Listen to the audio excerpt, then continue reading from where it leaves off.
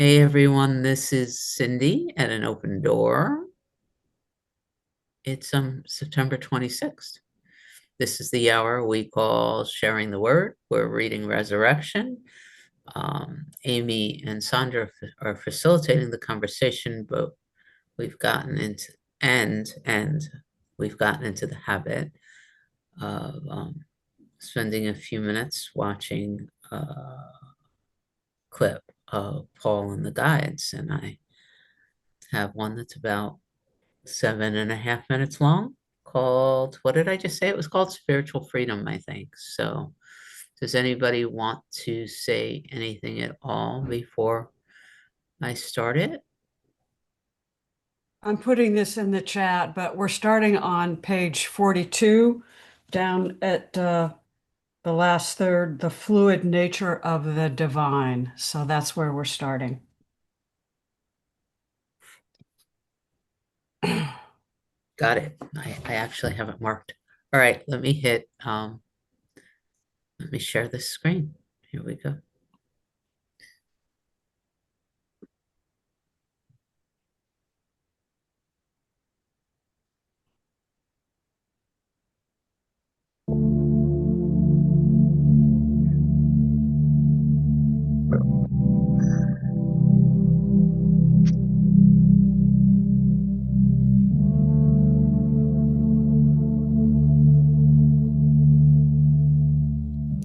The trajectory of humanity in the coming years will not be what you think.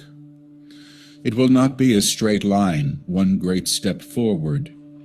It will be a series of steps, some forward, some backward, some in a dance that is joyful, some in a dance that heralds war. You may expect things to be different than you would expect prior. You may expect things to be altered in ways you would not agree to. But you also may expect that what will be the outcome will be what is required for humanity to take a next step as a collective towards a higher way of approaching the idea of communal choice. You don't look at communal choice often because you don't have to. You don't think about the well-being of your neighbors unless you share a well, unless your property taxes will change, unless they mow the lawn, do the repairs, unless things happen that affect you directly. You don't understand that what happens across the ocean is not as far as you think. You don't understand that what is happening on the other side of the world is actually an energy half a second away.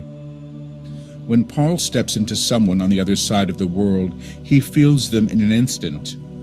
Time as you understand it, location as you understand it, is not operating in the same way in the higher realities.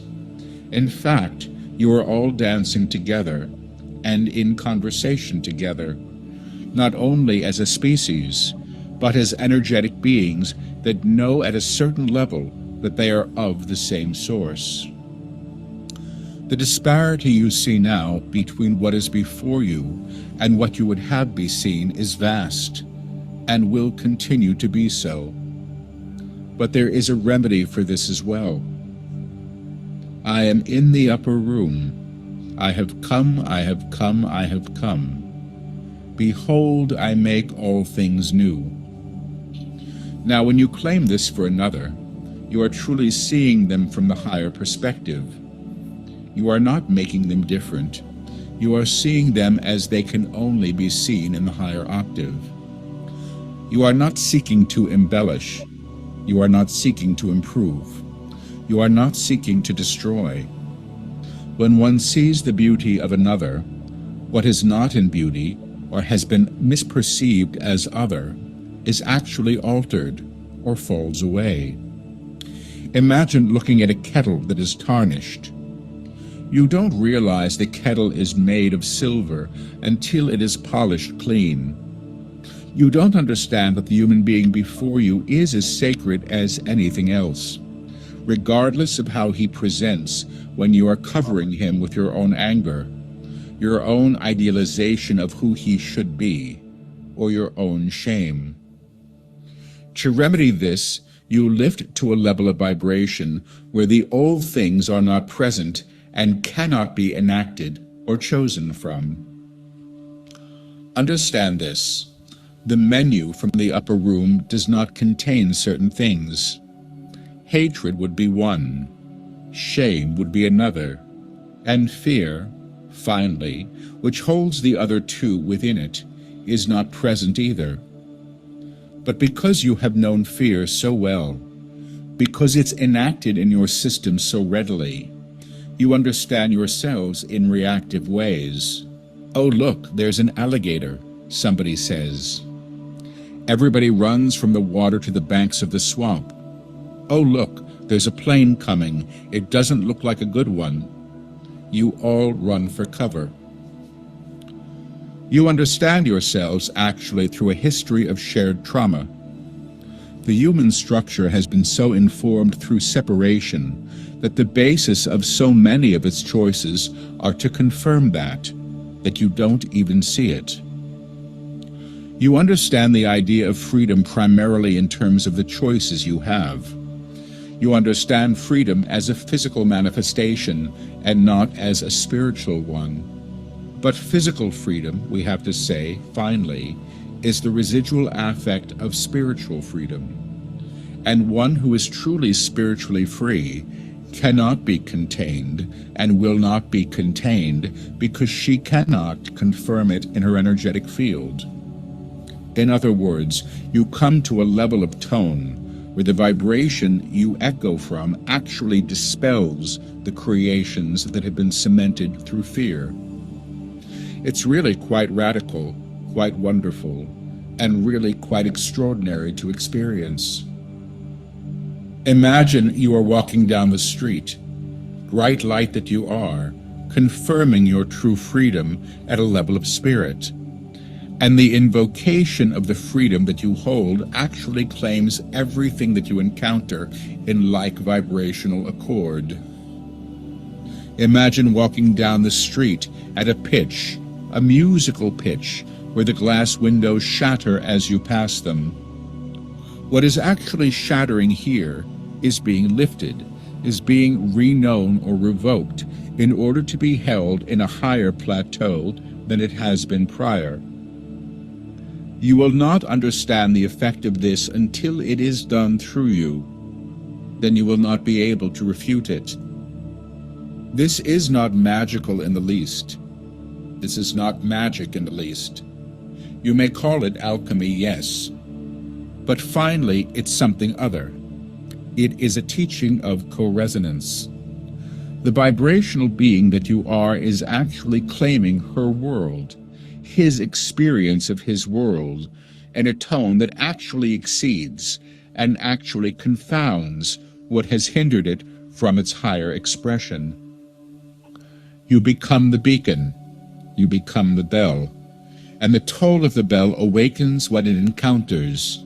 The beacon lights the way, and the bell sings the song of the new way of being that has not only come to pass, but is now being embodied.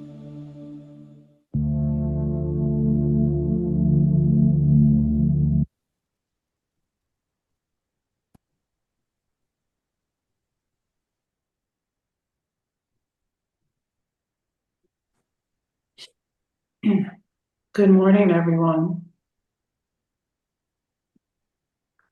That was very powerful to me. I feel like I'd like to see it again and sit with it. There's a way to access it. But the whole idea of what is to come, what is happening right now is radical and wonderful in the same breath. That was, I can't think of a word, but I like sitting with it. I like hearing it. And I like knowing that when we are reclaimed, when we are reknown, when we are lifted to a higher level, that there will not be fear or hate. What was the other one? Or shame. to me, that was just inspiring. So even though he also told us we may not like the way things are altered, but if whatever is happening results in the absence of fear and shame and hatred, then I'm in. Cindy?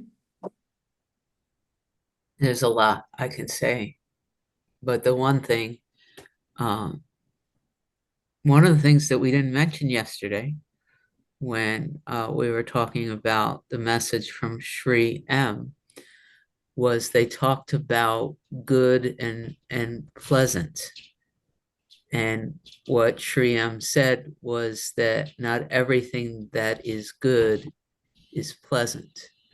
And that just came up as, and he said, but everything that is pleasant isn't always good. And that literally reminds me of a lot of different teachings, but it's what came up for me as I was listening to your share and as it related to this. Just this being uncomfortable isn't a bad thing. It means we're busting through our comfort zone. And the other thing that really just lit me up here, and again from yesterday's conversation, was how close we really all are. It really speaks to so much of it speaks to the one consciousness. And that really informed a lot of what I was doing this morning. This idea that fear, Sri M was talking about, fear is fear, wrapped up in different stories, maybe, but it's anyone's fear is the fear that's rising in the one consciousness. And I heard that in the guides just now as well. So yeah, that's The other thing I heard in the guides, and there's there are no coincidences, but as we talked this week, several times we talked about how do we help others. We talked about the word empathy, and we talked about how we sit with others who are in fear or are in pain in some way. And the guides spoke to that in this clip when they said we lift to a level of vibration and we hold them in that. And as we do that, that's when we see things differently.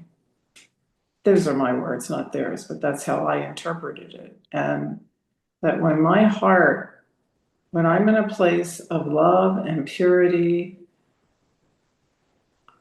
and then I'm projecting that outward, I'm seeing things differently. And that allows me, all of us, really, to sit with the discomfort of others in a way that is very beneficial to them without buying into their stories. We don't need to go with their story, but we can be with them and with each other. Nindago, I see your hand raised, but I don't see there you are. Would you like to add to this? Good morning. Morning. So happy to be here with all of you. It's just everything is here for us, and everything is love. Even even the pain or whatever we think we're experiencing, it's love. And like even like right now, my back is actually in I don't know, sort of pain or what. I'm seeing my chiropractor, and so, but that's here for me. And what I've learned is that when I don't know, or whatever I'm experiencing, I just stop, and I ask God what to do, and I just rest there. I rest in it, and I know that it's here for me. It's just that I have these beliefs or these that it's not what I like. But that's indigo. It's not the truth. So um and yeah, so and I trust everything because I know everything is from my Father. I know everything is God and everything is love. We just don't know it. Um, and I just love being here with all of you. And it's amazing. I'm seeing things differently again, which is just such a blessing. I had a shift last night, um, and it's just so beautiful. Um, and and I'm just like, oh wow, everything is here for me. Okay, okay, okay. I don't need to understand it or even it feel good. It's here for me. It's love. So yeah, that's what I wanted to share. Thank you. I love being here with all of you. It's just such a gift. Thank you.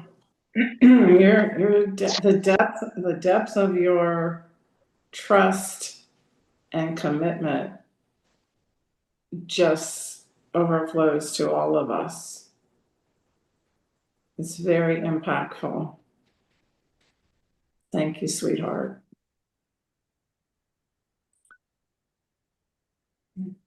So today we're on page 42, and as is our custom, I will ask if anyone would like to read for us today. Patricia, Cindy.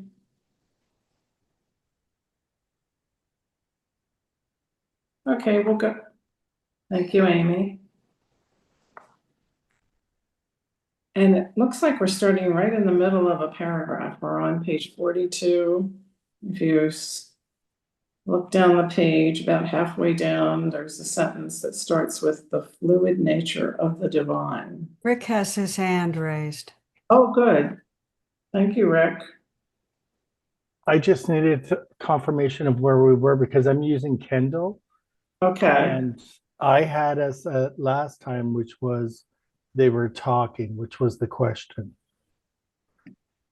But I think it's on page 37. Okay. It's section day 7. We go to day 7. Okay, day 7. And then Oh, okay. I found day 7. on to the middle of the third paragraph on day 7.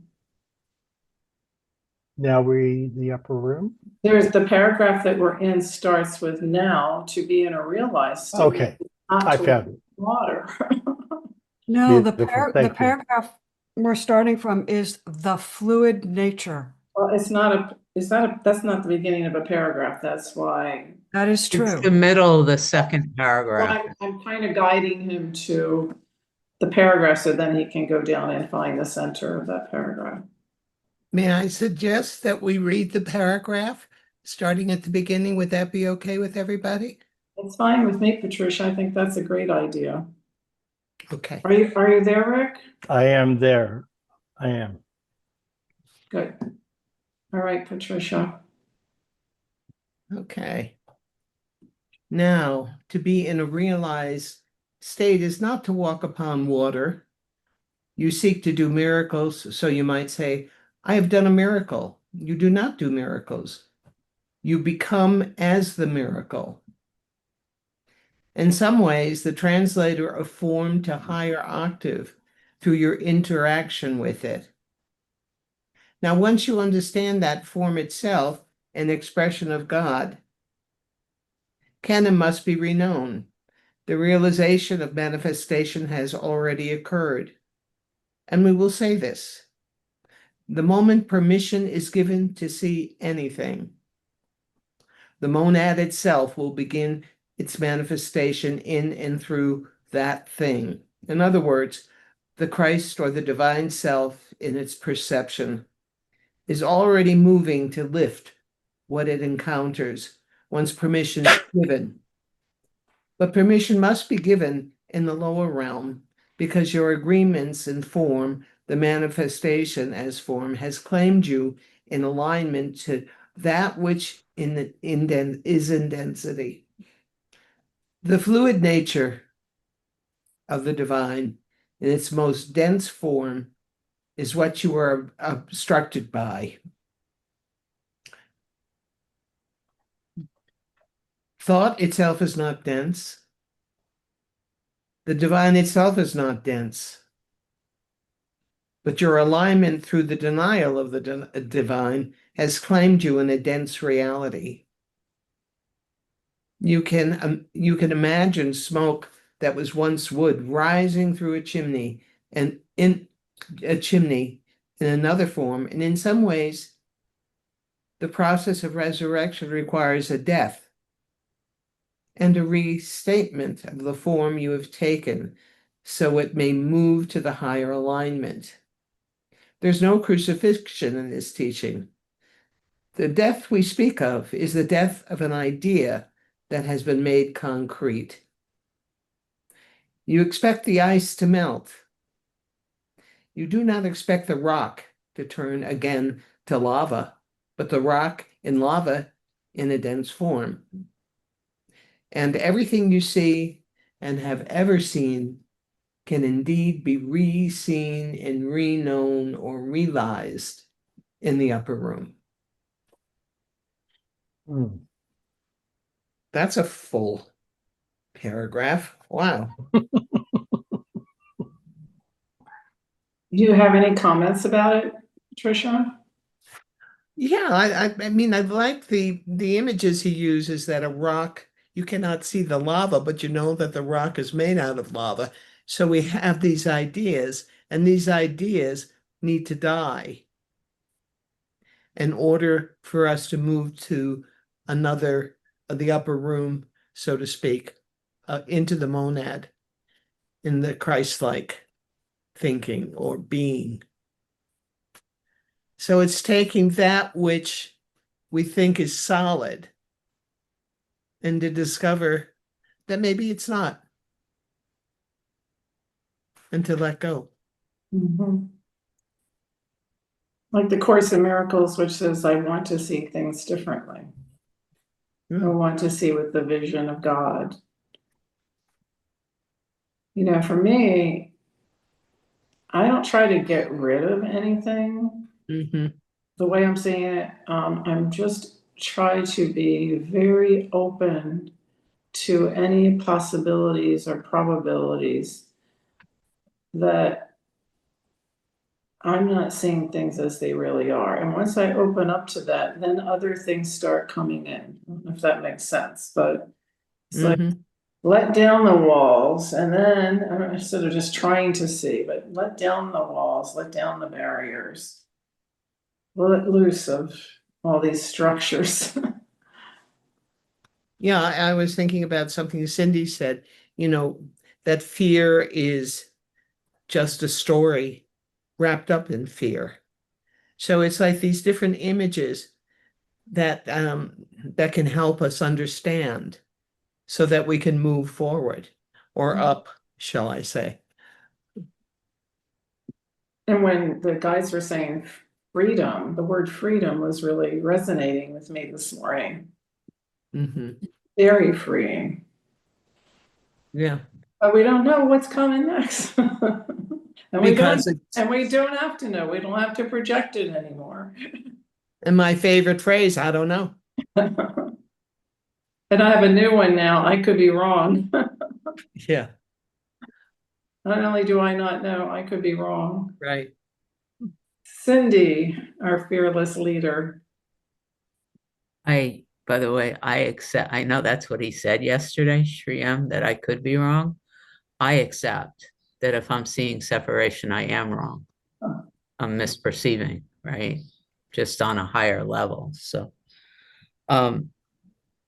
And along those lines, I want to say that when I hear something other that's in the book, it doesn't mean that the reader said it differently. It just means I received it differently than what I'm reading, which means there's something there for me to pay attention to. So, this is the experience I had while I love when everybody reads. I'm so glad you guys decided to do it this way. So after the part that we would have started at if Patricia, hadn't suggested we go back, there's the line, the denial of the divine has claimed you in a dense reality, right? Which is fine. A couple of lines in my book, it would be 1, 2, 3, 4, 5, 6 lines above where we would have started. There's a sentence that says, the moment permission is given to receive anything, the monad itself will begin its manifestation as and through that thing. I heard when Patricia was reading, the monad will begin its manifestation in and through that thing. The acceptance, what I've been looking at in a very gentle but often disturbing way, is everything that's inside of me right now that's refusing to accept that I am the divine. And just changing the word as to in implies a separation, like that I could be something other than the divine.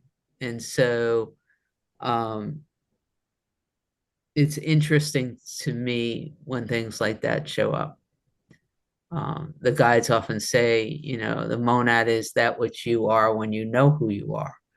So I more and more I've been just looking at, what is feeding this idea that I'm something other, not in a negative way, like not even not in an intellectual way, but when something is here that kind of blows up and I find myself judging another or even listening to another and hearing the mind say, well, that's not you, in various ways, this thought has been coming more and more, okay, so where's the separation? Where am I not that? And if I am not the other, it means I'm not, by definition, it means that something is separated from the divine, which means there's aspects of me that is no longer God or the formless. So to me, that was very, very useful. And Zoom's going to automatically lower my hand in 1 second. Isn't that cool? Okay, that's what I have. Thank you. Thank you, Cindy. William?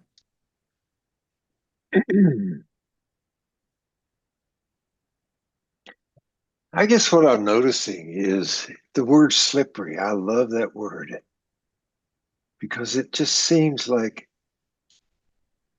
in the world of form, I slip all the way around and then I'm in the formlessness. So somehow this back and forth, I just feel like when I'm in the world of form, I'm being sung and so many different instruments are coming through me, different frequency. I love the way they talk.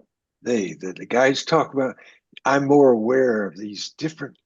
It's just that form is constantly in motion for me, and there go. And I don't even want to define it or follow the words of it. I just find, oh, there I've slipped back into that kind of the silence, just that beingness, and I love that. And then I get caught up because I'm being sung in a different frequency. So it's this back and forth. And I just like that it seems so fluid, so slippery back and forth. And so it's just all one now. And I just keep reminding me, I keep hearing that one now. And I have no idea how this works. And there I'm back in the silence, the stillness of the and all of a sudden, I don't know how I got here, but there I am. I just like that fluidity that seems to, and I think of that, the rock law of the steam, the ice, all this stuff is just, I just don't try to keep up with it. And yet, so thank you. And when I think, what does the word love mean to me? And I just can't come back. I don't know. I am, and then I am. I like that. I like that. I like that. And then I'm back into my being silent again. I don't have to make sense. And that's the big release for me. I'm so busy trying to make sense and understand other people. I don't even understand myself. And oh my goodness, that is such freedom. I just feel wow. And lately I've been with some friends and this and that, and I get stuck and then I get unstuck and then I'm floating around and whatever. So thank you. I just love that this is a place I can show up and not make sense. So thank you, thank you, thank you. I love that. Yes, yes, yes, yes. Perfect. Yes. Oh, I so relate to that wanting to make sense of things, and now it's such a relief to let that go. I totally understand that. I don't have to figure it out anymore. Wow. If only somebody had told me that when I was 10. Or 92, I don't care. Yeah. Oh. Okay, then Amy, I know Cindy's our next reader. On page 43, now the upper room. Now, the upper room is not a factory where wood is turned to ash. The upper room is not a place where you go about your business transmuting the material world to liquid form, to its etheric state. The upper room is where this is realized, because it can only be realized at a plane of vibration or octave of tone where it already exists. You must underline that it already exists. Everything exists in multiple octaves.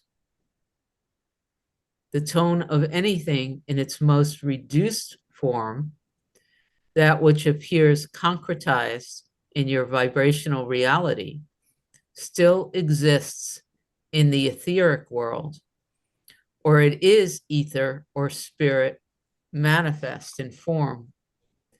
The lifting of all things, the remembering of all things to its true spiritual state is the act of the alchemist.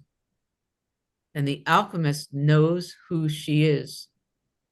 She knows what she is, and her service is present through her witness, because she sees God, because she knows herself as not separate from it.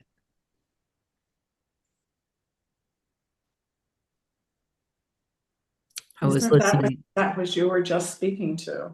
Yeah, and in what I was listening to from this intensive, it may very well be what we listened to on Monday, and it'll be in the library.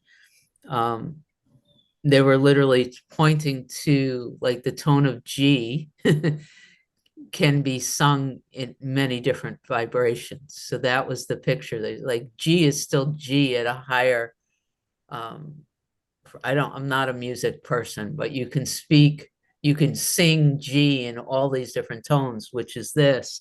They've also stated that they gave the name for the next intensive, which we already bought, which is the guides are literally now stating that they're going to be teaching how to manifest through the divine into form. So they're becoming, even in this current intensive, they're teaching more experientially and less from they're becoming less and less involved in the theory and the concepts, and their desire more and more is to focus on making it work.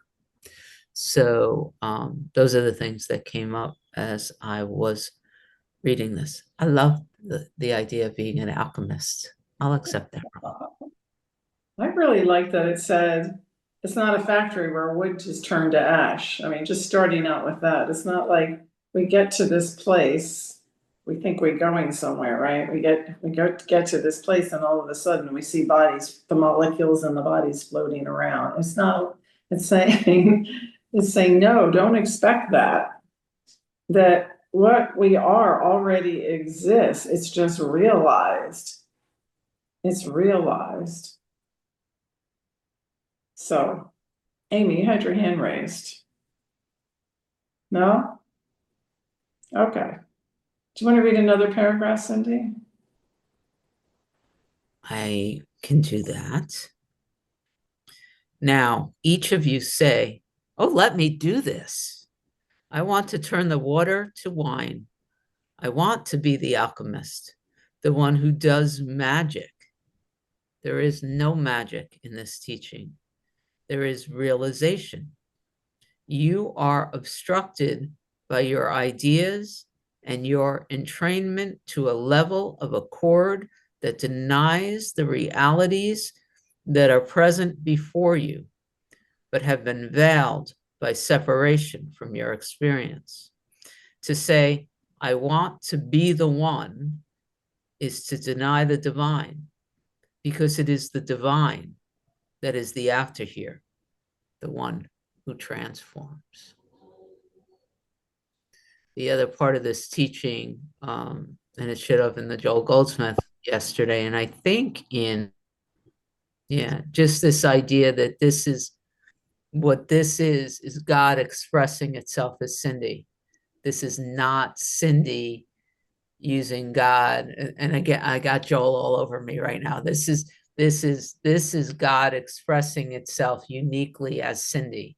This is not Cindy using God as a Sears catalog. That's a whole personality putting it, and that's what I just heard in this teaching too. And it's what I heard in what I shared the last time. Manifestation, the monad manifestation, manifesting in form, and the monad is an expression.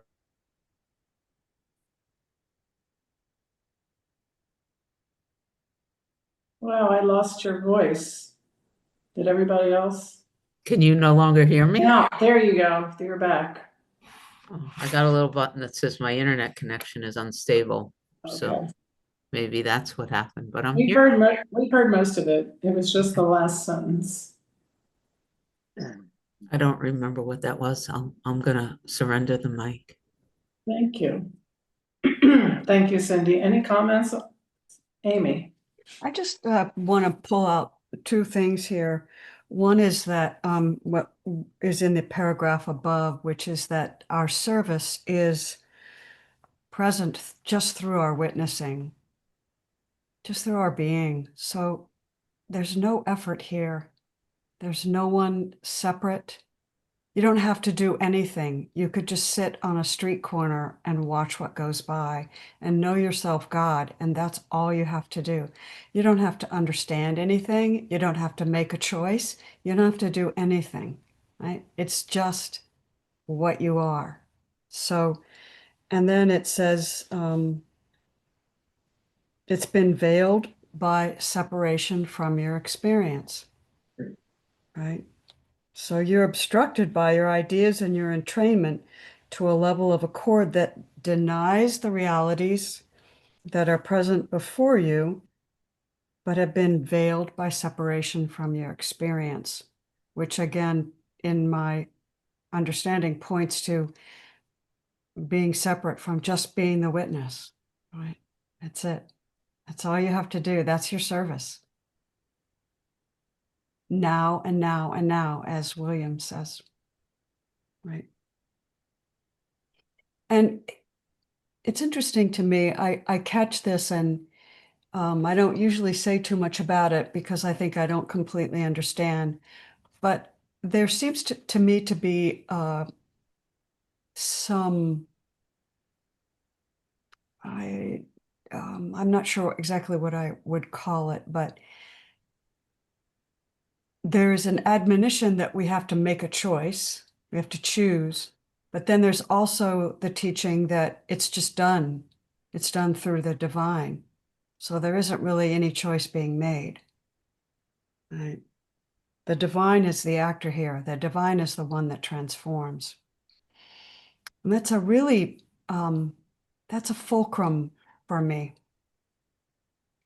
And I don't really know what more to say about that, except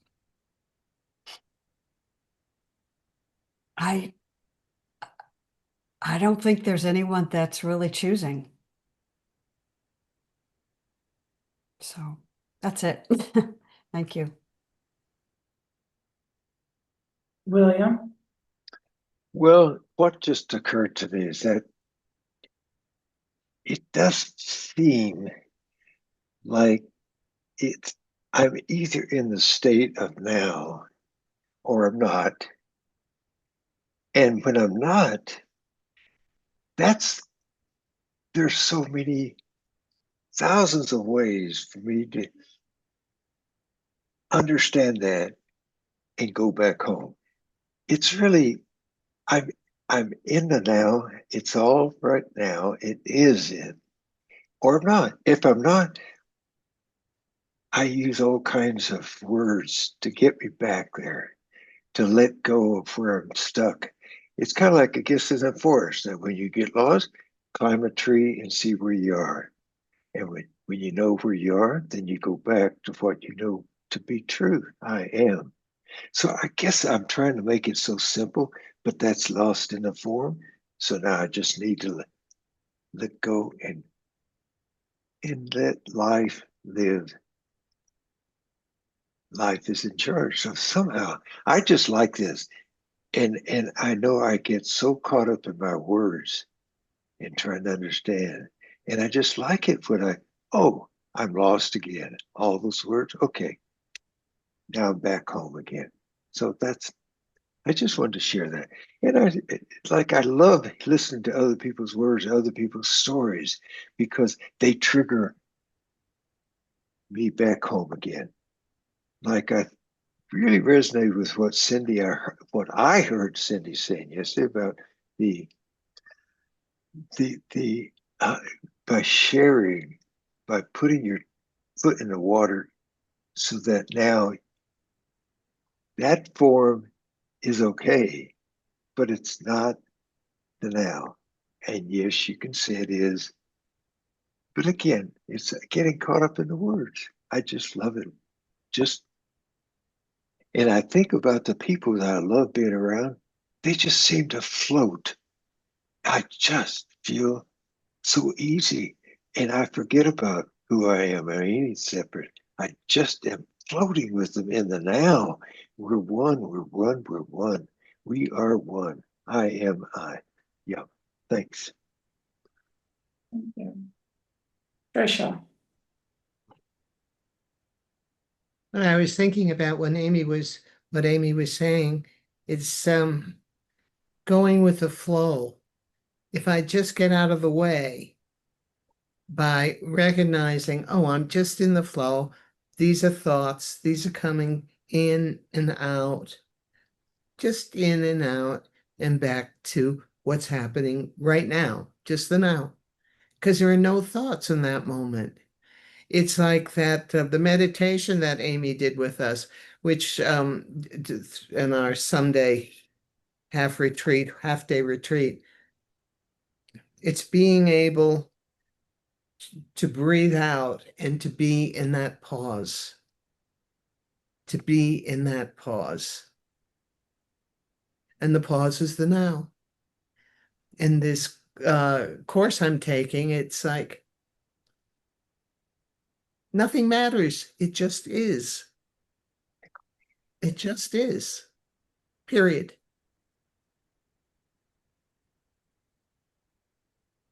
William, you look like Yeah. I had this wonderful experience with Patricia yesterday. What I became aware of, oh my goodness, when Patricia said, "You're frozen." And she said it 2 or 3 times, like my computer. I didn't see it, think of one. And then it occurred to me. That's life. When I pause, I do freeze. The forms that I'm messing around in, they're frozen in the moment of now. I'm just now. And I've mistaken it. And I don't, oh my goodness, I love it when I freeze in the now, quote, freeze, just be in the now. It's another way of putting freezing. It's just being here now. And it was such a big insight for me because that's kind of like a metaphor. That's why I see life. When in a pause, in a sense, we're all frozen to being effortlessly who we are. Going through that flow.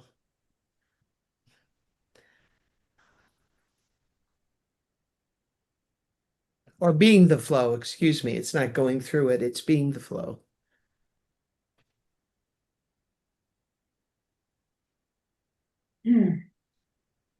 Thank you both. I love it when we get into a conversation with each other. Okay, Nindego.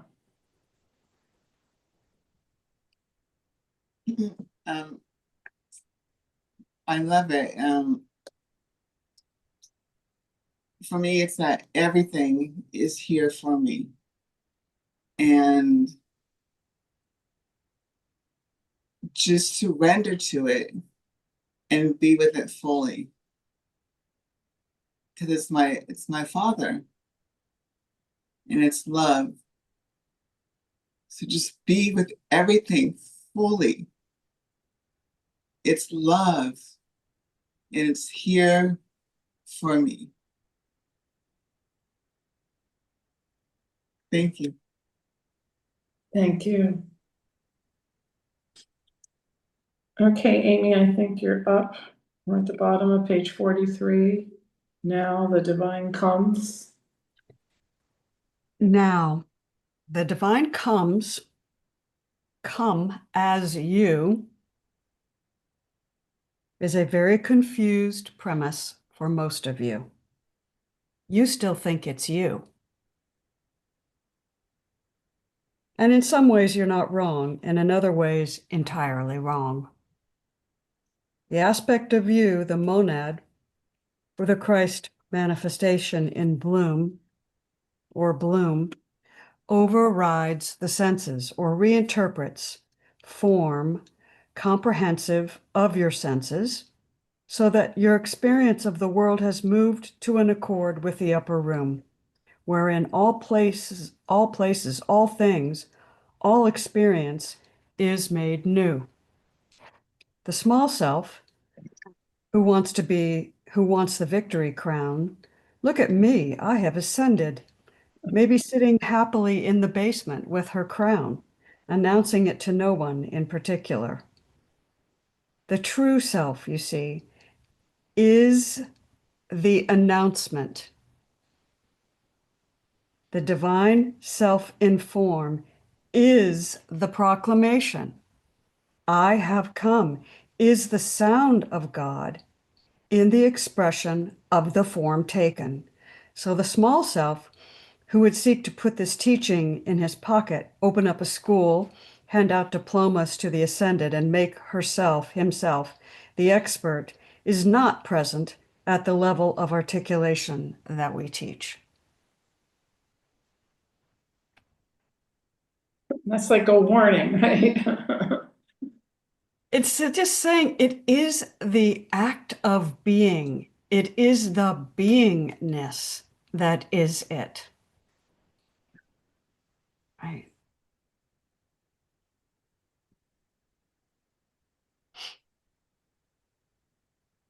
I hear something else in these words too, like, don't think you're something special.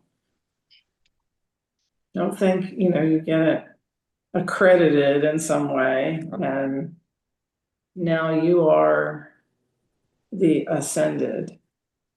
See, that's the thing. There is no you. There is only beingness. That's it. It's just beingness. And Rick, do you want to say something? Yeah, I just get hope from this. It just tells me it doesn't matter what's going on. There's something else that's going to take hold because the external, this thing that I call me, gets shedded. And I love this paragraph very much. I do too. Yeah. Yeah. Because the small self doesn't know. He has no idea, really. So we're just being bead. We're being bead. I love that previous say, it already exists. Yes. We already exist. And the awareness of just what Rick was talking about, it's shedding the self through, and it's just awareness. Oh, it's the small self. Let go. Back to the now. Shall I keep reading? Yes, I just want to say one more thing. The way it lands here is that what we like to call something the small self and the big S self, and it lands with me as there's one self, all expressing from divinity, as divinity, not from divinity, as divinity, all of it. So I have trouble finding separation there. But don't we get to the upper room by awareness? Oh man. I don't think we get anywhere. I think Right. No. We don't get there. But the awareness. I think we realize the truth. It's like a realization that occurs. Mm-hmm. And they use that word a lot. It's hard to explain, but that just felt like I just remember thinking, oh yeah, there's like the old cartoon, like there was an angel on one shoulder and a devil on another shoulder. Remember those? Like there's the big self and the small self. I just that has gone away for me. Mm-hmm. Gone away. I do recognize when the old thought system wants to take over, when those conditioning, the forgetting, I can recognize that and observe that, but it's all being observed from the same self. If we There's read not a different self. the next paragraph says exactly that. Yeah. Says exactly that. Yeah. Okay, we can keep reading unless anybody else wants to comment. Alka, did you have something you wanted to say? No? Okay. You're still going, Amy. Okay. It is not present? Then where is it? He says.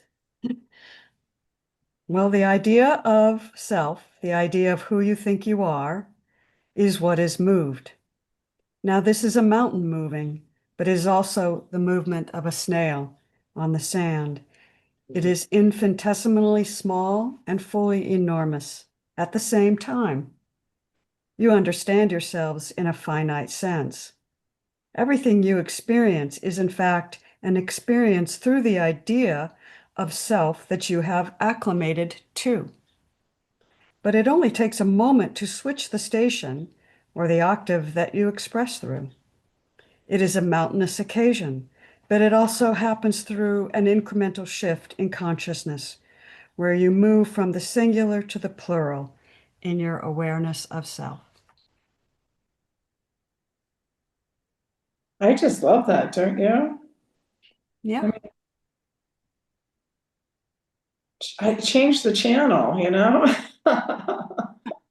Change the channel. My husband used to say, sing a different song, but And it was ironic that he said that for so many years and I didn't get it. And now the guys keep telling me to get a different vibration going. So I don't know. It's, where was it? In there, I don't see it. I can't even say that word. Infinitesimally small and fully enormous at the same time. Yeah, he says in the next book that we can experience all of this simultaneously. So we are experiencing different tones at the same time. It's not that we're in one or the other. So we can experience ourselves as finite and infinite at the same time, right? And Yeah. I think for me, that was a light bulb moment because I have that experience and he just named it. It's like, oh, yeah, that's what's going on here. I'm having it all. So I really enjoy that. Thank you for that, Amy. Yes, you said that so well. I often have a hard time expressing that, but it's all at the same time. Yeah. And it's amazing, really, It is. it's so freaking amazing. It is. Yeah, so it's not like, oh, I've fallen asleep because I'm seeing from the small self. No, I'm doing both. I'm being the infinite. I'm not being, the infinite is expressing through this. The infinite is not limited. I mean, it's like we sometimes think the infinite is limited. It's so unlimited that I don't think that I was going to say I don't know if it's I or we at this point, but I don't think we have fully grasped just how infinite and amazing it can be. Right now, we're talking about maybe we're having two realities at the same time. Maybe we're having many, many, many realities at the same time. Maybe And that schizophrenia is. I sometimes wonder a little bit about that. I have felt schizophrenic actually, but I'm not labeling that. But thank you for that, Amy. That lit me up. Rana, good morning. Good morning. I'm What a- just calling. Thank you. I kicked everybody out of here. It's like, go. You need to all just go for a moment. So, what a great inquiry question, right? Where is it? Where is the small self?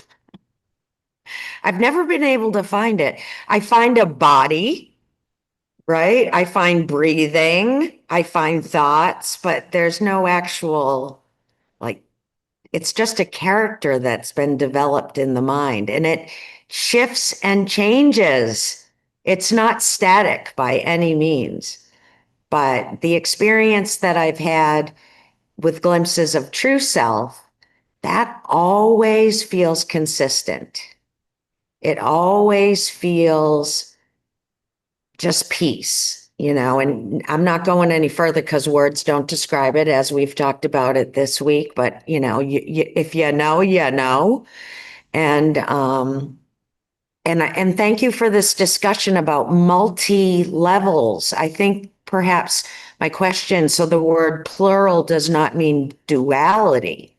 And that's an interesting distinction there. No, it doesn't. It means that there's so many things going on that the little self hasn't grasped. But beingness does. It's all of it. It is it. And so I really appreciated that distinction. And this is just a fascinating discussion. So thank you. Grateful to be here. Amy wrote in all caps at the same time. Well, yeah. Right. This idea of at the same time, right, gets rid of this idea that I'm either the little self or the true self. I'm vacillating back and forth. No, it's just all occurring. And wherever I've placed focus attention is the experience that happens. If I'm focusing on everybody in here, that's what I'm going to have. So thank you. So much of the experience I have had is to start seeing things in a both and way of seeing rather than an either or way of seeing. And just, it was, I don't know, the days flow together, but Amy was sharing with us something she had either read or seen about a near-death experience and this young man and the colors and the grass. I've had dreams like that. And it was so real. And so just the fact that you could see many more colors of green than we see, or I mean, there's just so much that we don't know. Anyway, I don't know why I went off on that. William, I think you had your hand raised next. I will tell a little quick story, but what occurs to me at Christmas time, when all the family and then all the children are all unwrapping their presents, and it's just so much going on. And my father at that time was probably 90ish, declining. He'd be sitting there and I'd be watching him just in silence. It was as though, while all the activity of the forums of lovely, wonderful diversity, there's this quiet presence of just creating this context for all this going on. And I just think of that, is that that's going on, and then in the quiet silence, it's all just okay. And I love that feeling. And I carry that inside. I think that's what happens in life for me over and over. I'm this space. I can use certain words to describe it, but it's not necessary. But Christmas is always happening with all the objects.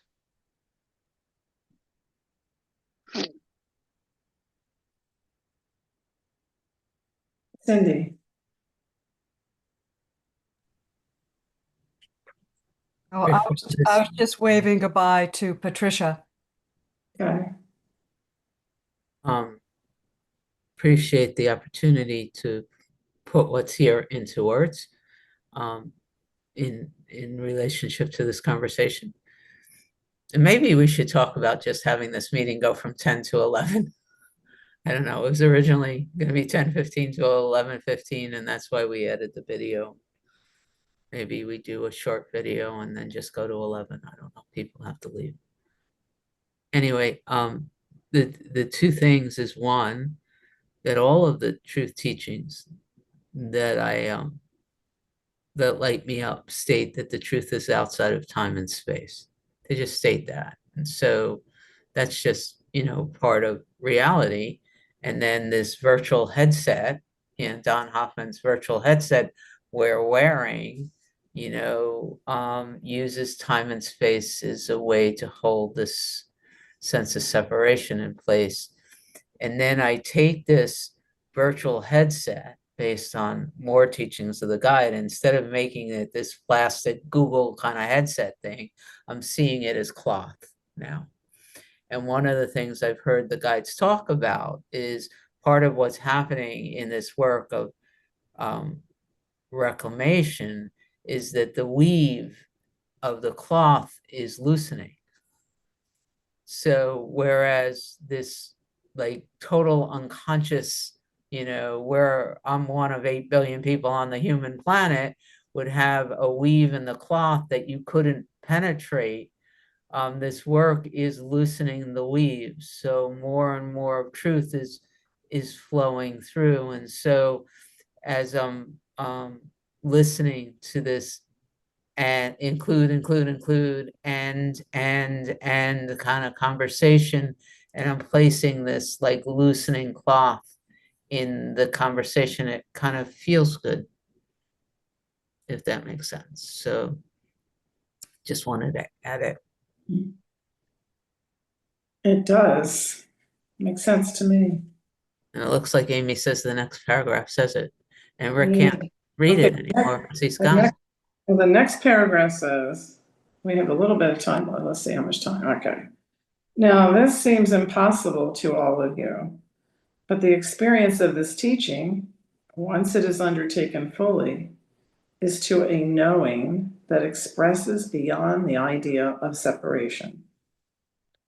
The manifest world, still present in form, you pour the tea from the teapot, you put the baby in the cradle, knowing what these things are and what their uses must be. Here it is. But your realization as the who pours the tea and puts the baby to bed is somewhat different.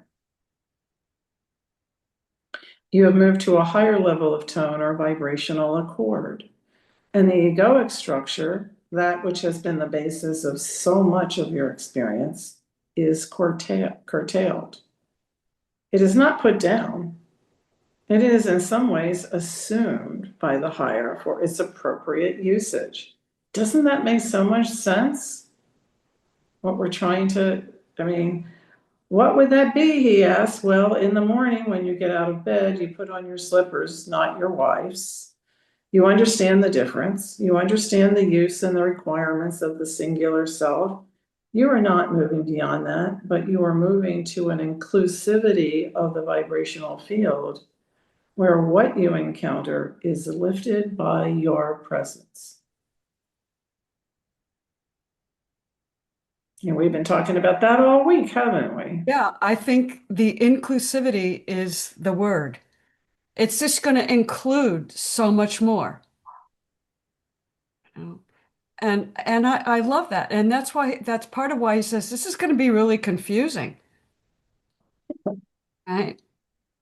Because we're going to be asked to chew gum and walk at the same time and maybe juggle a few other things. And the mind, in its old habits, wants to figure it out and put it into an outline. And it's the letting go of that really is, to me, is like a relief. And it has been a hard, didn't want to let go. But it's letting go now. Maybe the fabric is spreading. Richard, you must have heard my silent message to you. Because I was going to call on you if you didn't speak, like Cindy always does. What I got under the current paragraph is Hawkins. If you want to measure where you are and the tone and vibration of reality, look at the chart he has in his book about where you are, what you're experiencing in now, in the present moment. Where are you? At what frequency are you vibrating at? What tone are you at? You can tell immediately if whatever you're experiencing in the present moment, you can measure it according to his scale. So I love that about him, that he gives me a way of saying, oh, I'm at 300. I want to be at 600. So when I have that intent to be at 600, I'm actually changing my tone and my frequency to be at 600. I'm still having the experience as Richard, but I'm experiencing at a different level of manifestation. Amen. Now, my mind also likes scales and measurements and numbers. But I'm beginning to let go of them, and I'm beginning to think it's like a free-flowing, at least in the experience that I have. It's like, and Ron is going like this. It's not rigid. I guess that's the word I'm looking for. It's not rigid. It takes a while to accept that, though. I think at first I needed to know what number I was at. Yes. That helped. But now it's like, I agree with you totally. It's like, you never know from moment to moment what frequency you're at or what tone you're at, unless you're feeling it. And then you can tell by your feelings what where you are without using the scale. Yeah. I know when I'm high up. I It- know it.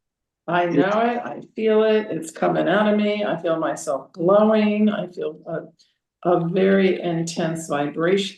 The vibration, I mean, I just feel it. It's slippery. But I will tell you that in the past, I would have not only wanted to know if it was 300, but I would have wanted to know, is it 321.275? Right? Right. Right. And comparing self to self, is Oh, it better yeah. than it was before yesterday? Or, oh, this means that I'm getting better. Or I slipped. Oh, there I go again, slipping down, it's like, It's and the now, being that Amy was talking about, just being moment to moment, let it be, you know. let it be, and as Nandeko tell us, know that even if we think, if the brain wants to say, oh, I'm better, it's all good. It's Because all good. It's all moving through you. It's just, Yeah. oh, look, this is a really great feeling right now, but you don't get attached to it. It doesn't mean anything. It's just a pleasant experience. And you enjoy it. It is enjoyed, not you enjoy it. It is enjoyable. Why? Who's doing it? The divine is doing it. That's it. You know, it won't last because nothing does. So, but wow, this is so great. I love this experience right now. Or this experience is wow. And then because you're not doing it, you can sink into the experience and really explore every nook and cranny of it. Like, what is it in each moment? What's the taste? What's the feeling? Because it's just happening through. Anyway, thank you. Right, and don't try to catch a cloud and pin it down. Or keep the wave upon the sand. Okay, what time is it? We have 2 minutes. I just like the first sentence of the next paragraph, it is the divine presence that opens every doorway. Don't you like that? Some of you are stumbling for keys on a great keychain. Tell me which lock to open. I will find my way to the kingdom once I have the right key. The key is true self and expression, and true self is known in a profound humility to the manifestation of the divine that is encountered in all things. In other words, friends, the divine as you is expressed in its express state of offering itself for the transmutation or rearticulation of form to what already expresses in the higher realm. Already expresses in the higher realm. Okay, I didn't mean to go that far, just kept going.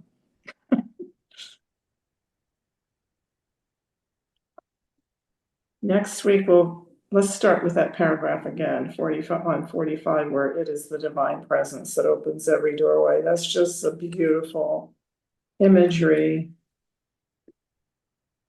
for our open door. When Cindy is saying the door is leaving us and the walls are falling down. Thank you all. I had a beautiful morning with you. I love you. Right back at you.